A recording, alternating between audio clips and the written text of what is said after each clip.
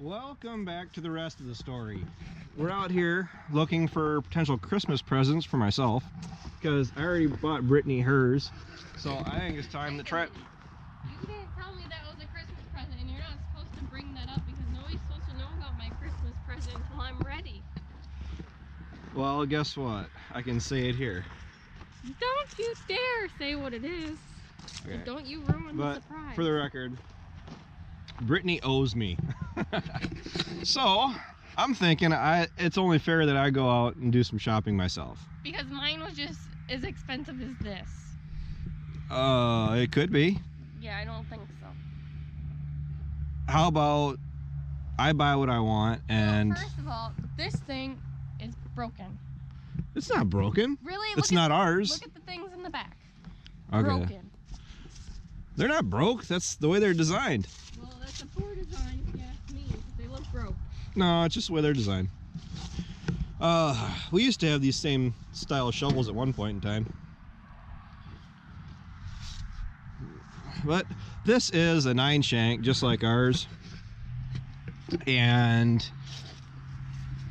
it is the same chisel plow, but you'd never get me to buy another one just because they're kind of built kind of light.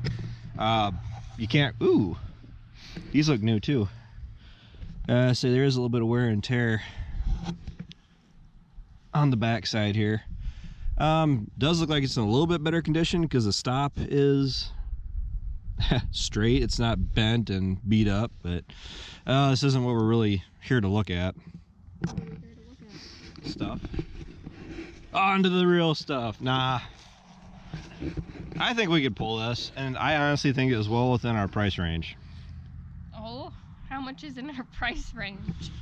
Well, I can't tell you that because if I told you how much is in the price range, you're going to think that, you know. I'm going to need a better Christmas present gift? Yeah. In all seriousness, there's no way we could pull something like this at all. Even if we did go through and tune up the 82. The 82 would have to be chipped and then re-chipped and then probably chipped again to maybe have a chance of pulling this.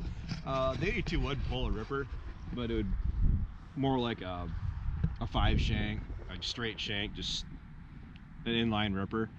A disc ripper such as this, like a John Deere 512, I think it probably could pull, but then again, there goes a rabbit. Then again, the 82 would have to be chipped.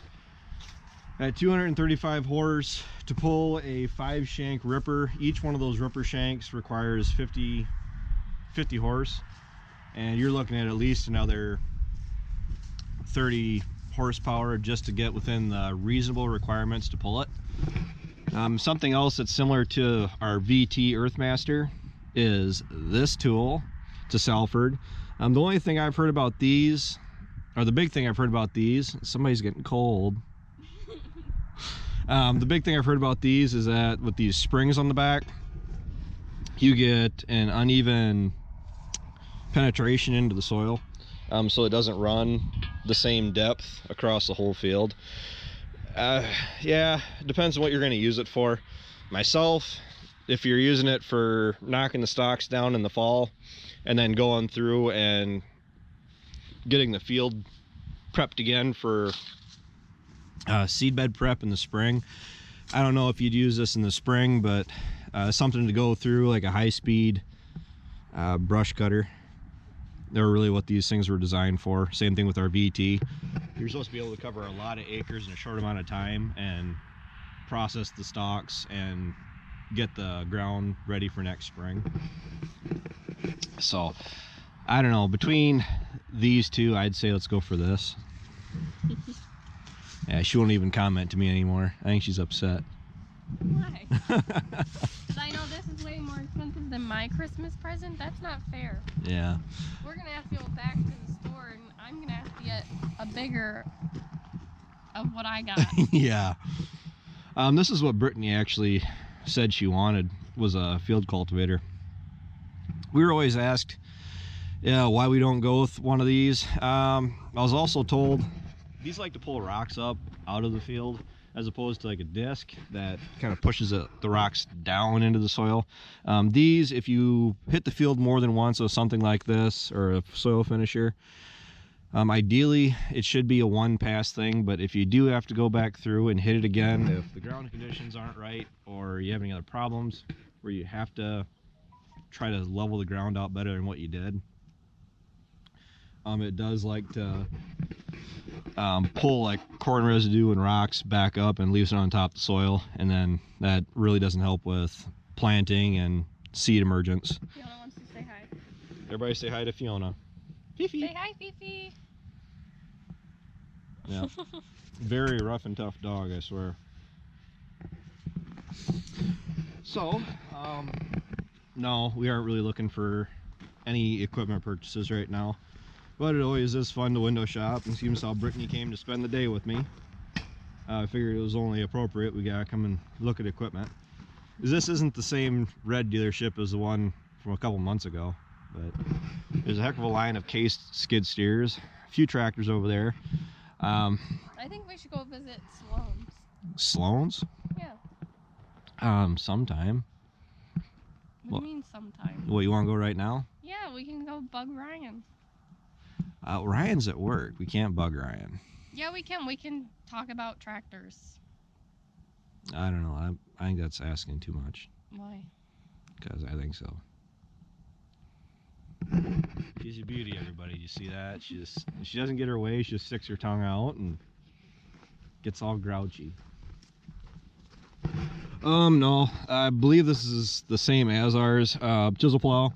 6500 concert till. It does look like it's a little bit straighter than ours. It doesn't probably hasn't been pulled over as many acres as ours, to be quite honest. I'm not seeing any welds, but myself, John Deere, 714, or even like a Landau. I'm really not in the market for any machinery, like I've said. A different primary tillage tool would definitely be nice, or even another one. Make an 11 shank or something, for the simple fact that if we go to something like that, actually I kind of like that. Their shank is moved on the front end here. Our shank, and you can see where this one was back by this tire. The other night when I was chisel plowing, big issue I always have, and have always had with chisel plows, like even our Glencoe, is that it likes to plug up. But the thing is, where they like to plug up was between this tire and the shank that was here, that was back here. And the way they got this set up, I really like it. It isn't throwing the dirt back towards the side of the tire, and it doesn't get pinched in here when this tire is raised up. And to be honest, I think I'm going to go home and do that to ours if I get a chance to run it again this fall. The ground is fairly hard yet. It's kind of soft on top. We're waiting for rain and potentially some snow and some 40-degree weather after that. And I'm hoping in another 2 or 3 days yet. I mean, it's December. I mean, it's really a toss of a coin if the weather's going to straighten out for us at all. But if we could go ahead and at least try to get a little bit more tillage done, I'd be all for it. The place where I live, down at my place, I would at least like to get that farm done, and I got about another 12 hours of chiseling and I'll have that done. Then anything else after that we can get by. You know, I'd like saying get by, but we'll be able to, we'll be all right with everything else. With everything else that needs to get worked up, it doesn't have to get chiseled. But the stuff down at my place, it does yield so much better when it has been chiseled up. So, but yeah, I'm probably gonna go ahead and move this on ours. So, all right, I think that's about enough for up here. I mean, we can go talk about haying equipment probably on another. Yeah, the wife has spoken. So which one of these you decide to buy for me? None of them. Why not? Too expensive. Yeah, and that really that's not that. It's just money, you can't take it with you, or it's just debt, you can't take it with you. So, all right, I'm heading home because I'm getting cold too. Thanks for watching. Take care, take it easy, keep in touch. Talk to you later. Bye.